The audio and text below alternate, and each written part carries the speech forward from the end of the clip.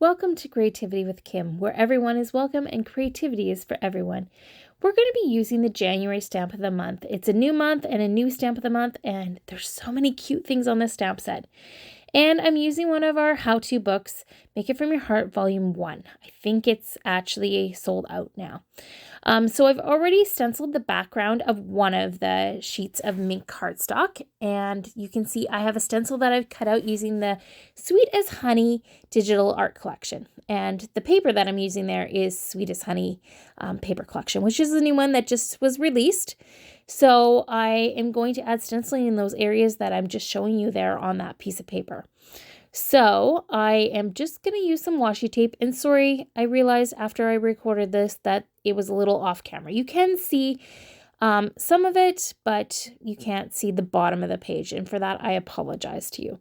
So I'm just sticking it down with some washi tape, kind of lining it up so that the edges are just at the edge of the paper, and I'm using my Mink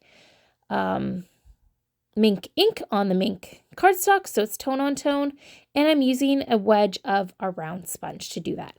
You can see I had done a piece of 3x3 paper there with some Sundance ink, and I also did one with Mink. Originally, I was going to do a card for the January Stamp of the Month blog hop, which is what this layout is for, but I changed my mind. I thought, I think I want to do a layout because I think in the catalog you see cards made with this stamp set, and I thought I really want to show people that you can make layouts with this stamp set as well. So that's kind of why I decided to go with doing a layout, and you can see I am also inking up all the edges of those 3x3 pieces as well as my hexagon and the edges of my page. So it's a lot of fun.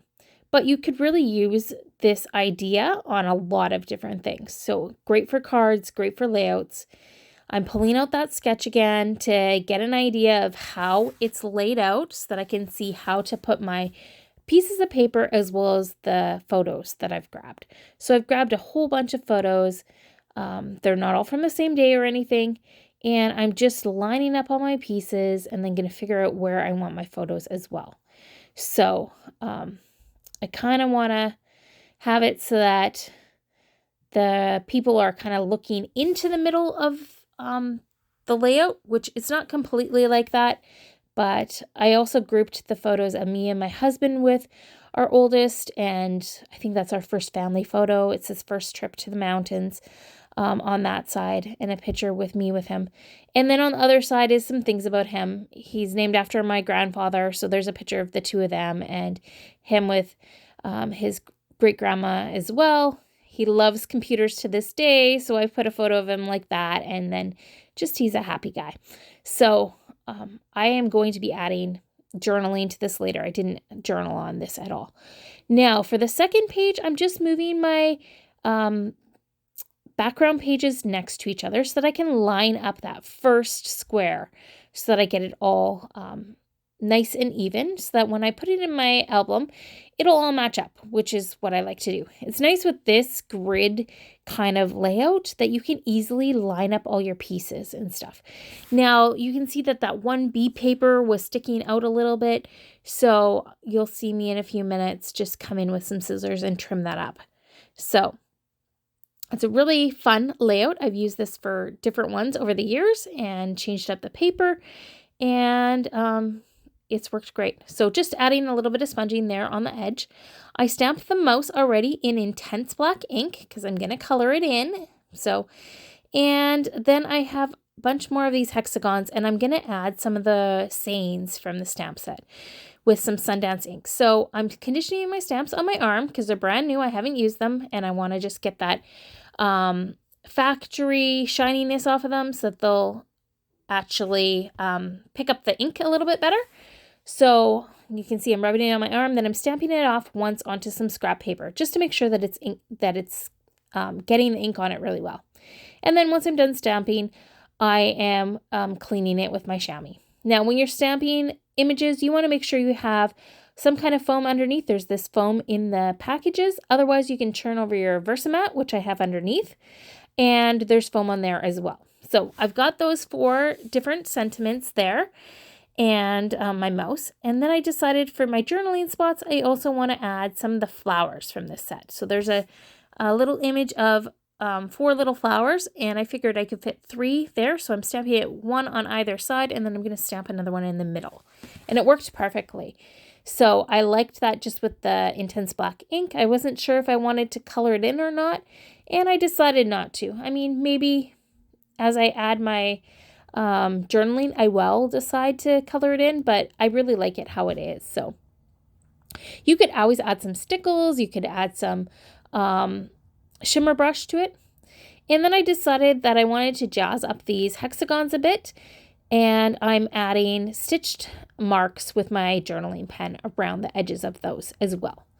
So these hexagons as well came from that Sweet as Honey digital art collection. So it's an SVG collection. So whether you have a Cricut or a Silhouette or some other kind of die cutting machine that cuts SVGs, you can use this digital art collection. And I wanted to show you how you can color in the image with your ink pads. So if you squish your ink pads together, you can get some ink onto the lid. And I'm just using a water brush and picking up some of that ink and coloring it in with that. After you finish with a color, you want to make sure you get all the ink off of your brush. And so that's where I'm wiping it off on the scrap paper. So I'm using the Avocado, Sundance, and the Mink. So the Mink was a really cute, soft color for our little mouse. And I should have brought these images up to show them closer to the camera, but I didn't. I was kind of recording as I created, and yeah, it didn't occur to me, unfortunately. Sorry about that. So just going in and adding a little bit darker shading in the odd area there as well. So I thought he turned out really cute, and I like him. So then I went around the edges of all of those hexagons, of course, with my Mink ink pad. Just same thing I had done before. And then I'm putting some 3D foam tape, it's the thin stuff, on the backs of all of these hexagons to pop them up. So I just did them all at once. It made it fast and easy. And I just popped them all on there. So you'll see that in a moment. Sorry, the paper with the pattern on that hexagon background paper, the black and white, it kind of looks a little wonky sometimes in this video. But it's really cool paper. I really like it. So there, I've popped those up there, and then I decided that I wanted to add some black ore paper. So I cut it at 1/2 inch by 12, and you can see the little bit of a shimmer on that. I love the ore paper or the pearl papers. They're really, really pretty and stuff, and they're even better in person. So it just kind of gives your eye, helps kind of lead your eye across the layout and grounds this layout is what I think. And I had a little piece of hair there, so just pulling that out there. And then it's time to do a title. So I'm putting my son's name on here, and I used the Slim alphabets and just some liquid glue. And you'll see I need to add, I forgot to put enough liquid up at the top there.